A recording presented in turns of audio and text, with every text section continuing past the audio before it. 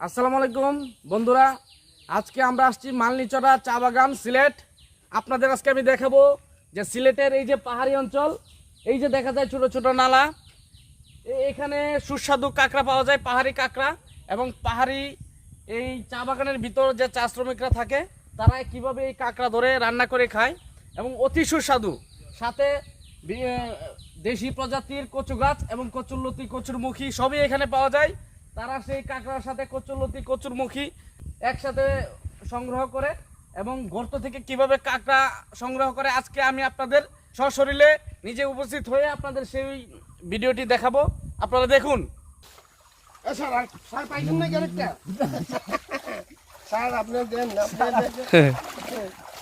বললে তো আমি পাবো না। স্যার আমার খাল গেছে কি হাতে এইবার ইনশাল্লাহ পাবেন।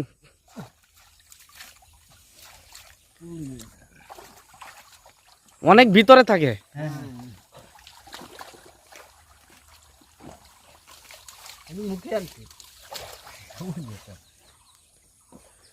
কাঁকড়ার সাথে কচুরলতি।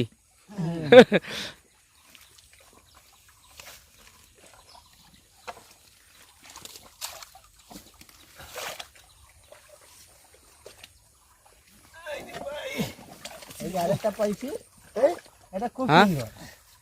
আমি পাইছি। এই যে ভাই আমার আরেকটা কাঁকড়া পাইলো, পাহাড়ি কাঁকড়া, অসাধারণ, খুবই সুস্বাদু কাঁকড়া। ধন্যবাদ ভাই।